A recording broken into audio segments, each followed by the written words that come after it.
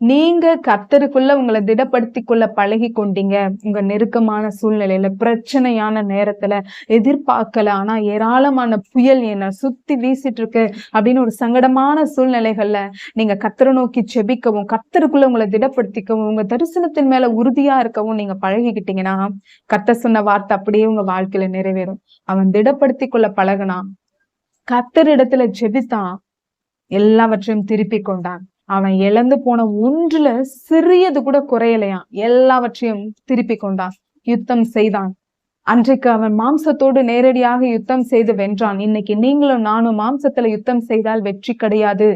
ஆவியிலே யுத்தம் செய்ய வேண்டும். ஆவியிலே எப்படி யுத்தம் செய்ய வேண்டும்? ஜெபிக்க வேண்டும், ஜெபித்து போராட வேண்டும். இந்த பிரச்சனை மாறித்தான் ஆக வேண்டும் ஆண்டவரேன்னு சொல்லி அவரோட சமூகத்துல நீங்க அவரோட பாதத்துல கண்ணீரை வடிக்கும் போது அது ஆவிக்குரிய போராட்டம். அந்த போராட்டத்துல நீங்க ஜெயிப்பீங்க, எல்லாவற்றையும் திருப்பிக் கொள்வீங்க. உங்க வாழ்க்கையில எதெல்லாம் இழந்து போயிருக்கீங்களோ, நம்பிக்கை இழந்து போயிருக்கீங்களா, விசுவாசத்தை இழந்து போயிருக்கீங்களா, நல்ல ஒரு சாட்சி உள்ள வாழ்க்கை வாழ முடியாம அந்த சாட்சியின் வாழ்க்கை இழந்து போயிருக்கீங்களா, சுகத்தை இழந்து போயிருக்கீங்களா, அன்பை இழந்து போயிருக்கீங்களா, உறவுகளை இழந்து போயிருக்கீங்களா, எதை நீங்க இழந்து போயிருந்தாலும் சரி, இன்றைக்கு கர்த்தர் சொல்லுகிறார், நீ சகலவற்றையும் குறைவில்லாமல் திருப்பிக் கொள்ளுவாய். ஹல்லேலூயா.